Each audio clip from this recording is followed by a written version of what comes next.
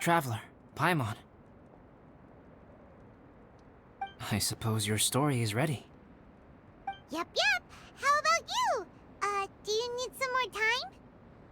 No need. I am also ready to tell my story. Paimon calls dibs! Paimon first! Please, go ahead. Okay, here goes. Once upon a time, there was an evil researcher who went into the mountains and did a crazy experiment on whopper flowers to transform their appearance. After a lot of pain and suffering, the whopper flowers finally took on a human form. Then they stood by the side of the mountain to wait for unsuspecting bypassers. To whoever spoke to them, they would ask some questions such as, "Who am I? Who are you?" If the bypasser got the wrong answer, the last sound they'd make would be a yelp before the whopper flower ate them alive in one bite. Ooh, truly frightening. What the? You two aren't scared at all! Don't go nitpicking, okay? If you didn't like the story, go write your own!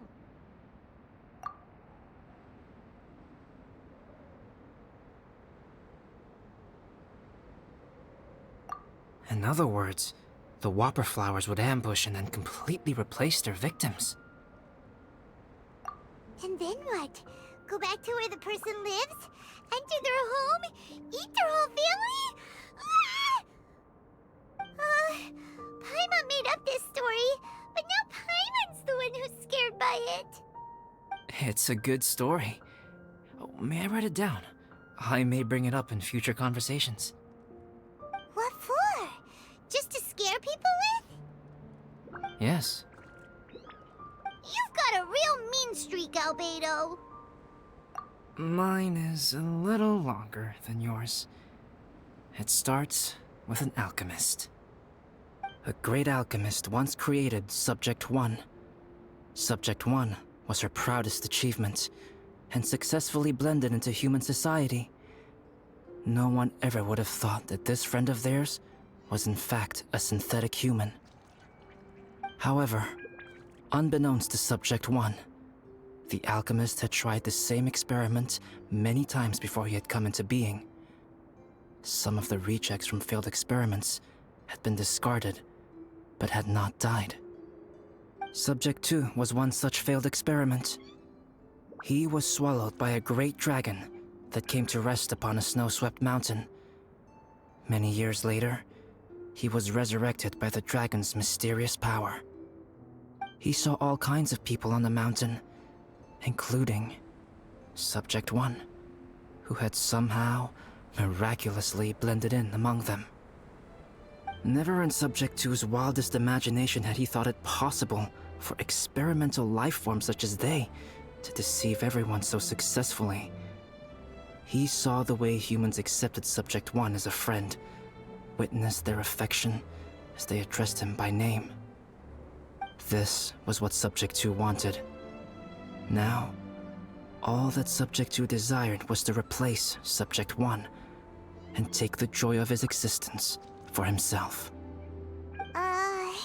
This is giving Paimon the chills.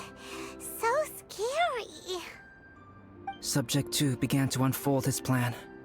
He stole Subject 1's books and notes and studied all that Subject 1 had learned from the alchemist. Subject 2 was highly intelligent, and he learned quickly. He changed his face into an exact replica of Subject 1's face. Then, he found a plant with mimicry capabilities and transformed it using dragon blood and alchemy. And so, not only did Subject 2 transform his own appearance to perfectly match that of Subject 1, he also created a third entity, Subject 3. What?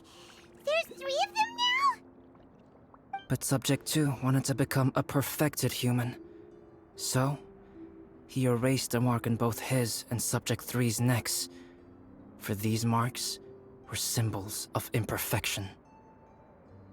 In my view, it was probably a subconscious act, an instinct. He so desperately craved to become a perfect human being that he forgot something. Human beings are defined by their flaws. Subject 2's plan was meticulously crafted. Subject 3 would draw Subject 1's attention. After Subject 1 disposed of Subject 3, he would assume the threat had now disappeared and would let his guard down. The next moment that Subject 1 was alone, Subject 2 would make his move. He would eliminate Subject 1 and become the only one remaining.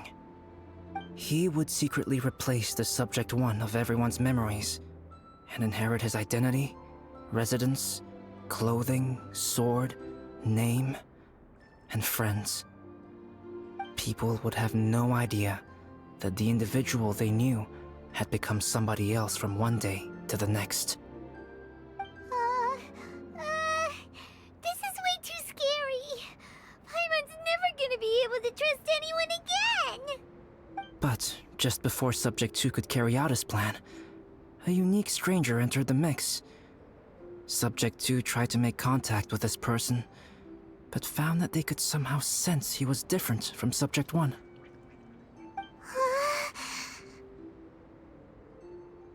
What's wrong? Are you scared? What happened then? What happened to the stranger? He became a new stage in Subject 2's plan. One more person that Subject 2 had to dispose of. It's as if there were 3 identical roses in a garden. Only one of the 3 was a fine specimen, while the other 2 were defective specimens that bore poisonous thorns. In all the world, only the gardener who tended to them could tell which was the good specimen. People do not like poisonous plants. Only a perfect rose can fetch a high price. If the inferior specimens wanted to conceal the fact of their worthlessness, they would have to take the gardener out of the picture, using their poisonous thorns. This is exactly what Subject 2 was thinking. So, he hid in the shadows and waited patiently. Maybe soon, he would get his chance to become truly human.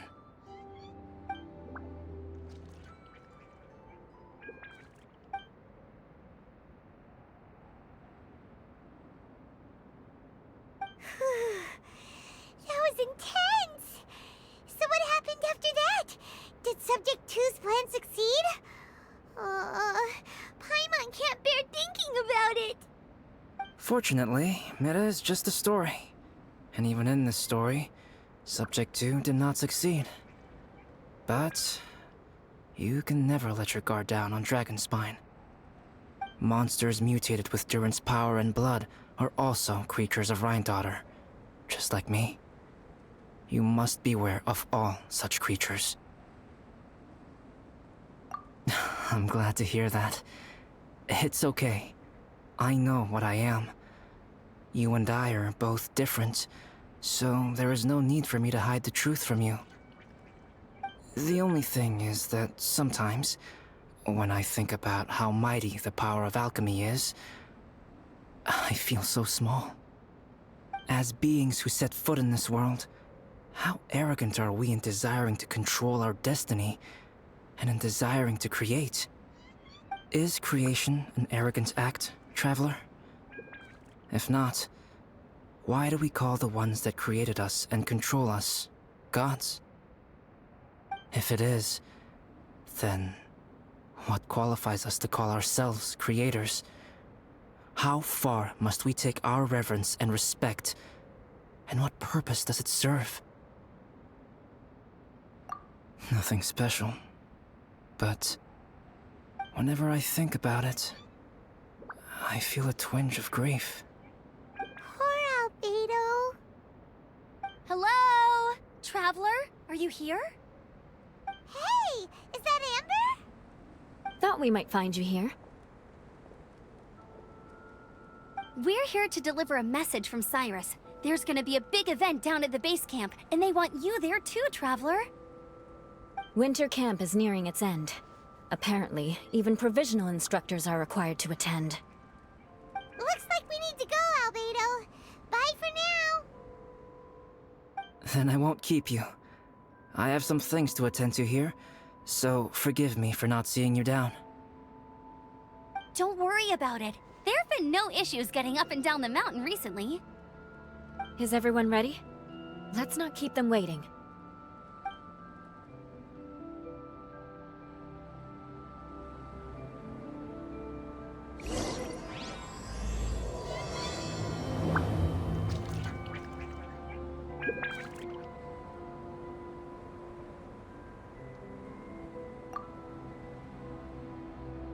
Go ahead. You're one of their instructors, no?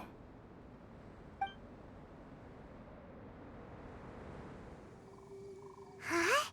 Who is this guy? Allow me to introduce Yozerv.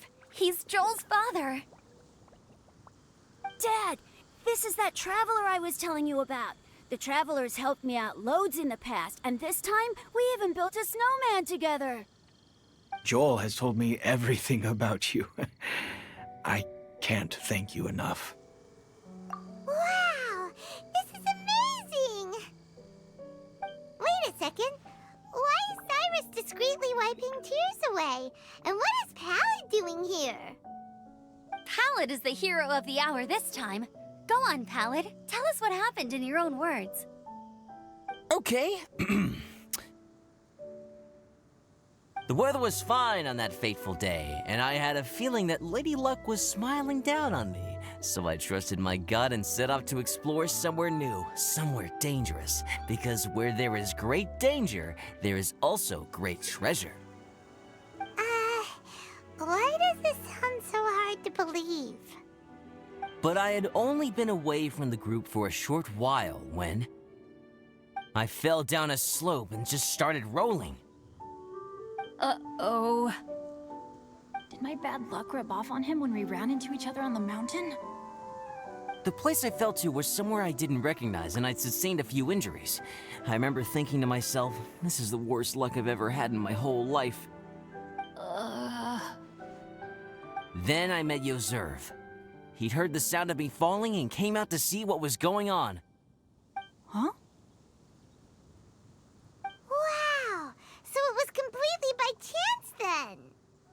I thought he must have been someone from the Adventurers Guild here for the event, but after a few words of conversation, it was clear that he was having memory problems. He didn't even know his own name. The temperature was freezing, and there was no time to deal with all that there and then, so I convinced him to come back to the camp with me and figure everything else out after we got there.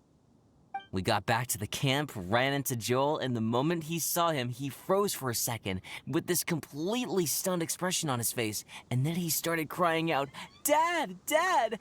That's when Yozerv suddenly started to remember. My memory has still not fully recovered, but Joel and his mother, they are the only ones that I will not, no, that I cannot forget. Daddy. Daddy's right here, Joel. Daddy's right here. Yozerf, don't you remember anything else at all? The poor princess, feeding the foxes? I'm sorry. I have no recollection. Maybe it's because of the head trauma. I'm not sure. I woke up and found myself covered in blood. My things were gone, and there was nothing to indicate who I was or how I got there. I crawled into a cave and settled in for a slow recovery. After my legs and feet were a little better, my hunting skills were what kept me alive. Dad, I was so worried about you.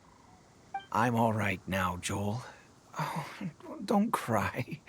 Daddy's not going anywhere. I'm here to stay. Oh, this is good. This is good. You know what, though? I definitely think my luck got worse after running into Benin on that mountain. I knew it. I just... No. I just meant if it weren't for you, there's no way I ever would have run into Yozerv on a mountain this huge. Besides, we got back safely, didn't we? So don't blame yourself. Maybe sometimes miracles can only happen when you get just unlucky enough.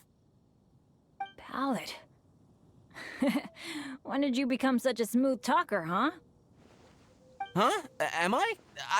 I was just telling the truth. Oh, yeah.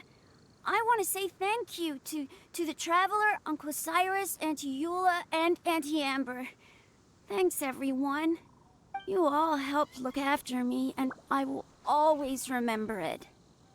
But I guess I can't take the snowman with me, or it'll melt once it leaves Dragonspine. It's such a shame. Oh, I can help with that. One moment.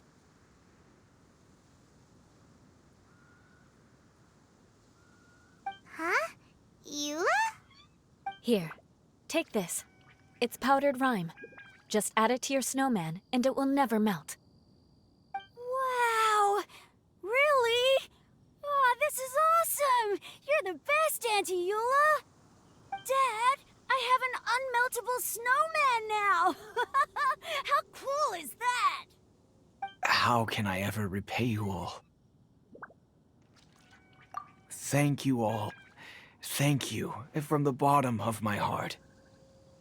Dad, I want to go move the snowman. Can we do it now, please? Okay. I'll be leaving with Joel now. I'm sure I'll see you all another day. Very well, very well. It's time for Pallid and I to have another discussion concerning his breaches of adventurer discipline. Huh? But Cyrus, I think I kind of made up for my mistakes this time, you know? See you guys! Oh, I made this for you and Amber. Think of it as a winter souvenir. Aw, are you sure? This must be really important to you. Come on now, just take it. No need to make such a fuss. Wow! Now our snowman won't melt either! Great! You're welcome. Just keep it, that's all I ask. Amber and I have some business to attend to now.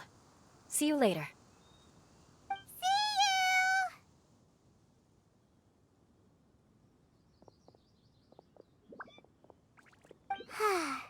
Everyone's gone. Seems like they've all got their own stuff to do now. Oh! You know what? We've been on Dragonspine all this time, and somehow Paimon still forgot to ask Albedo about how to make a fruit juicifier machine that could keep the juice fresh. Maybe we should try Timaeus again. He does seem pretty eager to please after all. Timaeus!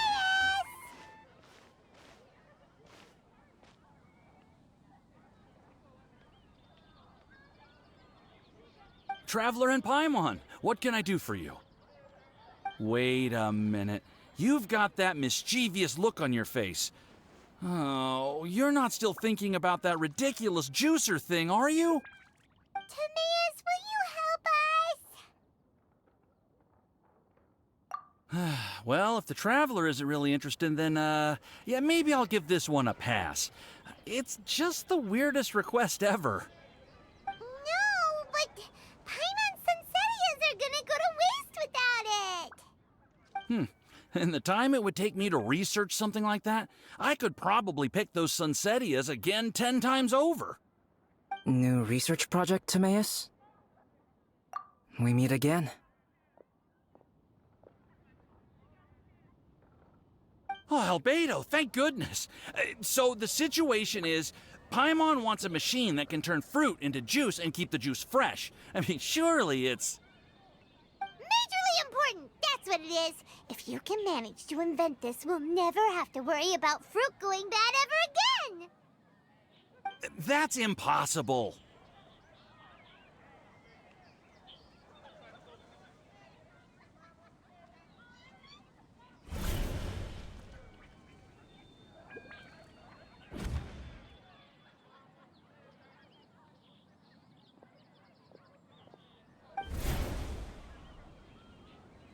Turning fruit into juice is not hard, but keeping it fresh is more difficult. But if you simply want to keep the fruit from rotting, there are many ways to achieve this. Right, Traveler?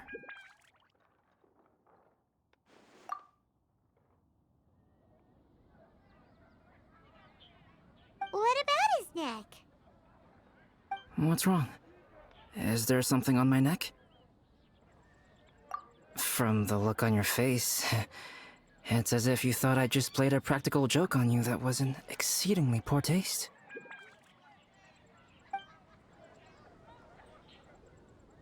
Albedo, you were saying, how do you stop fruit from going bad?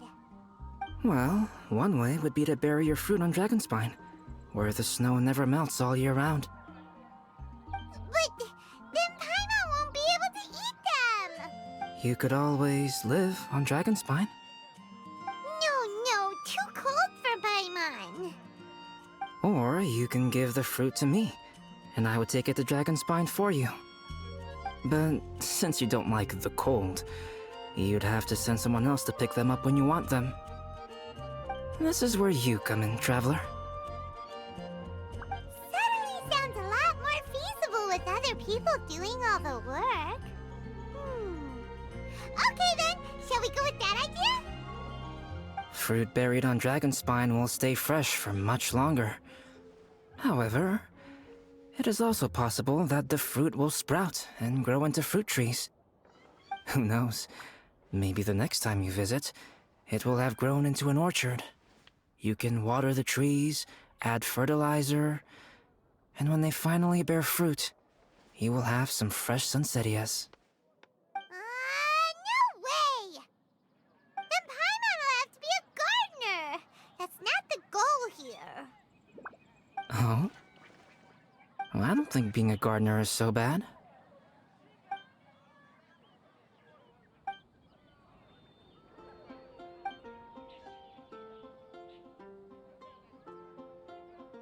Albedo!